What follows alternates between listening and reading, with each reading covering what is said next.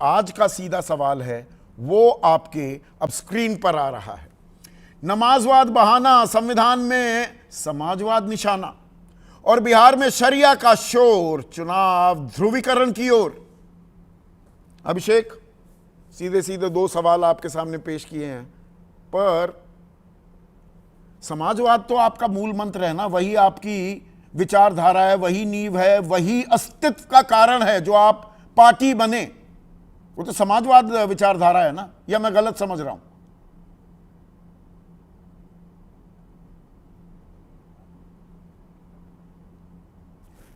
मैं पीसीआर ये बताना भूल गया कि अभिषेक झा अभी तक जुड़े नहीं हैं, तो आप ही बता दीजिए इस सवाल का जवाब। हमें इसमें कहने में गर्व है कि हमारे पुरखे और हम लोग और आगे आने वाली संतानें और जो वर्तमान में भी हैं, सब के सब पूरी तरीके समाजवाद में जीते हैं, समाजवाद में रहते हैं और समाजवाद को आगे ले जाने का काम भी करते हैं ग्राउंड पर। कोई हमें आपत्ति नहीं है कहने में। तो नमाजवादी भी हैं आप? नमाजवाद पर तो पहली बार सुन रहे हैं हम भाई। समाजवाद का अपमान न कीजिए कृपया करके।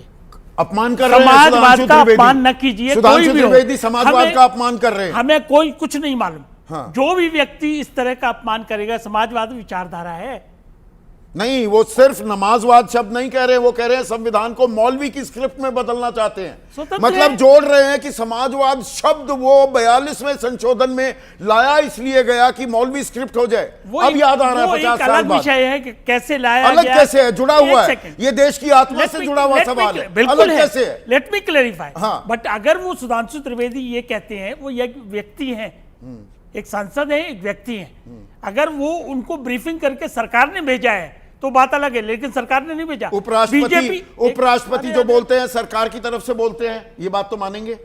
उन्होंने तो पहले भी कुछ कहा है, नासूर बोल दिया भी उन्होंने। कुछ कहा है। समाजवाद नासूर है क्या, बताइए ना। हम कह रहे हैं अपमान ना करिए प्लीज।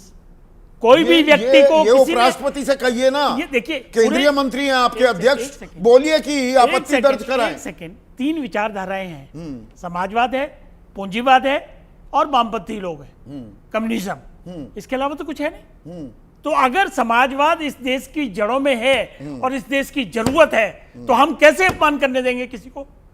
लेकिन दूसरा विषय ये भी है, सबका साथ, सबका विकास और सबका प्रयास, क्या ये समाजवाद की परिभाषा नहीं है? बिल्कुल है। और जब हम 80 करोड़ लोगों को मुफ्त भोजन की व्यवस्था करते हैं, तो ये क्या समाजवाद की चिंता को लागू करने की तरह नहीं है? पर समाजवाद को सिर्फ दत्तात्रेय होसबले की बात नहीं है। वो कहते हैं कोई जरूरी नहीं है समाजवाद, ये शिवराज सिंह चौहान कहते हैं, हिमंता बिस्वा शर्मा कहते हैं कि ये तो पश्चिमी अवधारणा है। संदीप जी, किसी के विचार कैसे हैं उस पे कोई रोक नहीं लगा सकता। आप गठबंधन के हिस्सा हैं। अरे हमारे कैसी राजनीति हो रही है? एक सेकंड। अच्छा कहा आपने, गठबंधन कैसे हैं? बिल्कुल है। और गठबंधन की क्या मजबूरियां हैं, क्या सीमाएं हैं, क्या सीमाएं लांघी जा सकती, ये भी हम बखूबी जानते हैं। अगर इस तरह का कोई प्रस्ताव हमारे गठबंधन में सरकार के समक्ष आएगा तो उसका पुरजोर विरोध करेंगे। समाजवादी विचारधारा का जो भी पुरजोर समर्थक होगा, अगर मैं सुधांशु त्रिवेदी के बयान को, उनका बयान फिर से मैं वो लाइन दोहरा दूं, बीजेपी बाबा साहेब के संविधान को कूड़ेदान में फेंकने नहीं देगी, मतलब समाजवादी विचारधारा वाले कूड़ेदान में डाल रहे हैं। तेजस्वी ने क्या बयान दिया कल? क्या आप माफ करना, तेजस्वी ने क्या बयान दिया? उन्होंने कूड़ेदान में फेंकने की बात की है। वक्फ कानून को कैसे फेंक सकते हो? संविधान और कानून, एक कानून, कोई भी सरकार कानून, आप आए, आप नए कानून बनाते हैं, अगली सरकार आएगी कानून को बदल सकती है। शब्दावली पे तो आपको जाना पड़ेगा ना। सिर्फ शब्दावली पर कानून बदला जा सकता है। इसको आगे क्लियर करते हैं। सेंट्रल ने अगर पार्लियामेंट में कोई कानून बनाया है तो स्टेट को क्या पावर है? स्टेट को सिंपल एक फॉर्मेलिटी करनी है, नोटिफाई करना है उसको, इससे ज्यादा कुछ नहीं करना है उसको। तो उसको कूड़े में फेंकने की बात मतलब कूड़ेदान शब्द पे आपत्ति है आपको, बाकी कानून बदल सकते हैं। देखिए, हमें उनसे इससे ज्यादा उम्मीद ही नहीं है, माफ करना, 9th फेल है वो। बुरा मत मानना इस बात को, कोई भी बुरा ना माने। तो उनसे इससे ज्यादा शब्दों से और क्या मिलेगा? यही मिलेगा कूड़ेदान में। वो क्या था, तेल पिलाओ, बैठे विनोद जी, लालू यादव क्या करते थे, तेल पिलाओ रैली और महारैली, पता नहीं क्या क्या बातें करते थे। बातें तो यहाँ भी बहुत कुछ की गई। देखिए, समाजवाद 15 लाख रुपए आने वाले थे सबके खातों में, 2 करोड़ करोड़ रोजगार हर साल मिलने वाले थे, महंगाई की मार से निजात मिलने वाली थी। ये डिबेट जो है ना, इतनी आसानी से नहीं हो सकती। समाजवाद भारत की जड़ों में, भारत के घर घर में घुसा हुआ है। और जब समाजवाद की बात करते हैं तो अंतिम आदमी प्लीज वो वहीं का वहीं है अभी भी। तो उस इतने अंतिम प्रयास- आदमी की चिंता नहीं है बीजेपी को? नहीं, ये तो वो नहीं कह रहे, दोनों बातें कह रहे हैं वो। देखिए आप बातें ना, कह रहे हम उस पर नहीं जाएंगे, वो दोनों बातें कह रहे हैं। जब आप सबका साथ सबका विकास की बात करते हो, 80 करोड़ की बात करते हो, अंतिम आदमी की बात नहीं, करते अगर हो, उस शरिया कानून को, ये वक्फ कानून को, शरिया तो शब्द बीजेपी इस्तेमाल कर रही है, वक्फ कानून को लेकर किसी अगर राजनीतिक दल को, गठबंधन को दिक्कत है तो वो उनके पास हक है ना मैटर ये सब कहना कि भाई हम सरकार में आएंगे, हम कानून हटा देंगे।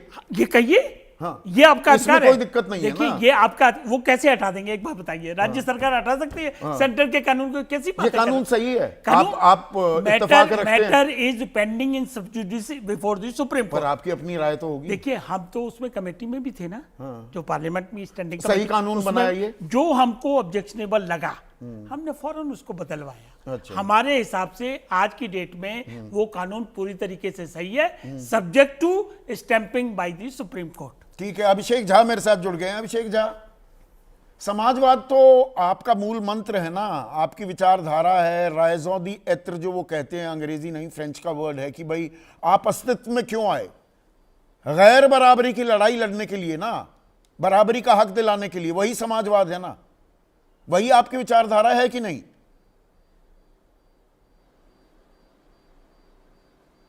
एकदम संदीप जी, इसमें कोई शक नहीं है।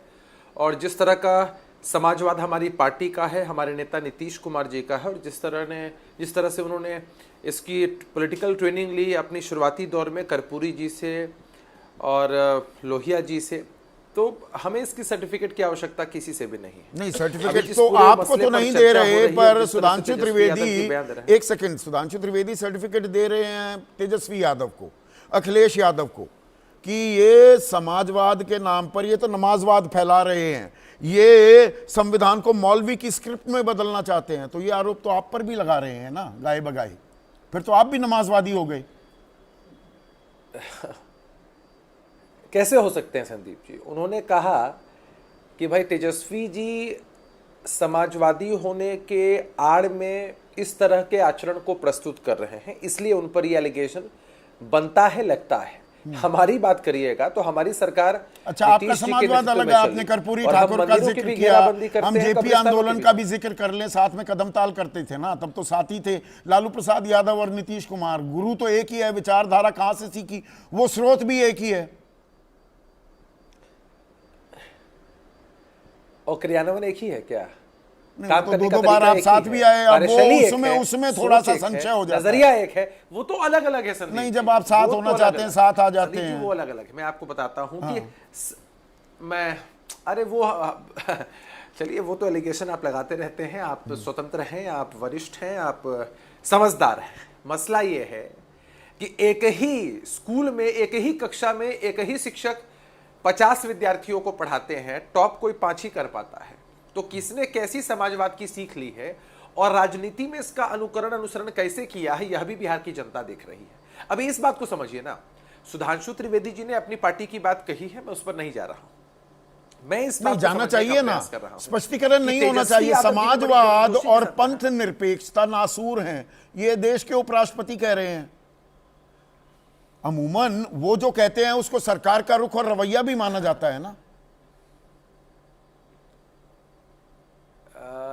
ये वैचारिक बात है संदीप जी, और हमारा देश संविधान से चलता है। हमारे देश में कई पदों को कई लोग सुशोभित करते हैं, लेकिन संविधान की मूल प्रस्तावना हमको यही बताती है कि हम अपनी विचारधारा को अपने हिसाब से आगे लेकर चल सकते हैं और कोई हम पर कुछ भी थोप नहीं सकता है।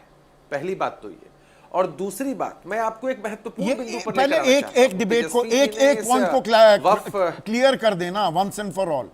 संविधान की उद्देशिका में पंथ निरपेक्षता और समाजवाद का जिक्र जायज है या नाजायज है? एकदम जायज है संदीप जी, एकदम जायज है। चलिए, अगर तो ये जानबूझकर ये ध्रुवीकरण, ये संविधान पर भी सांप्रदायिक रंग जो चढ़ाने की कोशिश की जा रही है, दरअसल ये सोची समझी रणनीति तो नहीं। अभिषेक, 20 साल की आपकी सरकार, 9 बार बतौर मुख्यमंत्री शपथ ले चुके हैं नीतीश कुमार, एक एंटी इनकम्बेंसी आ रही है, आपको भरोसा है आप जीतेंगे, मैं आपकी बात नहीं कर रहा। बीजेपी को लगता है कहीं ये हमारी कमजोर कड़ी, कमजोर नस ना हो जाए, इसीलिए ट्राइड एंड टेस्टेड 80-20 के फॉर्मूले पर जा रही है बीजेपी। संदीप जी, मैं आपको एक बात बताता हूँ, बहुत लॉजिकल है ये जो बातें आप कह रहे हैं, वो पर्दे के पीछे से कह रहे हैं कि ऐसी बातें चल रही होंगी जो आगामी चुनाव को प्रभावित करेंगी। आपको याद होगा कि लोकसभा के समय जब नीतीश जी की पहल पर इंडिया अलायंस बना और तस्वीर क्या बनी, और हम अगर उधर होते तो तस्वीर क्या बन सकती थी, इसका इल्म आपको भी है, बताने की जरूरत नहीं है। उस वक्त भी ये लोग जो नीतीश जी के खिलाफ बोलते थे, एंटी इनकम्बेंसी की चर्चा होती थी, वो कहते थे कि जदयू को इतनी सीटें लड़ने को तो मिल चुकी है, ये जीतने नहीं वाले हैं। संदीप जी, मार्जिनल वोट से हम कुछ सीटों को हारे, वरना हमारा जो स्ट्राइक रेट रहा वो कम नहीं रहा। और जरा सोचिए कि हमारे नेता की, हमारी पार्टी की बिल्कुल जायज है। आपका बीजेपी से बढ़िया स्ट्राइक परसेंटेज नहीं आता। बीजेपी से बढ़िया स्ट्राइक रेट रहा, इसमें कोई बात नहीं, इसमें कोई मैं सवाल नहीं कर रहा हूं। पर सवाल यहां पर दरअसल ये जो बीजेपी के अंदर इस तरह की आशंका तो नहीं है कि भाई नीतीश उतने लोकप्रिय नहीं रहे, अब वो एक रिसर्च एजेंसी है, उसमें लगातार ग्राफ गिर रहा है, तेजस्वी का बढ़ रहा है, और अमित शाह ने फिर वो बर्रे के छत्ते में हाथ डाल दिया है। वो सीधा नहीं कह रहे कि भाई चुनाव के बाद जीते तो गठबंधन के मुख्यमंत्री होंगे नीतीश कुमार ही, फिर से वो विवाद शुरू हो गया है। मैं गलत तो रीड नहीं कर रहा हूं। मुझे लगता है कि आप शायद जो फीडबैक आपको लोग दे रहे हैं, जो अति समझदार लोग आपको फीडबैक दे रहे होंगे, उसके हिसाब से आपने इसको पढ़ लिया होगा और आप मुझसे सवाल पूछ रहे हैं। हाँ। अब समझना ये है संदीप जी, बीजेपी के कई नेताओं ने कई बार इसको स्पष्ट कर दिया, और मैंने कई बार इस बात को कहा है कि अभी 4 दिन पहले अमित शाह का जो बयान आया वो तय कर लेंगे, एकनाथ शिंदे तो नहीं बना देंगे नीतीश कुमार को।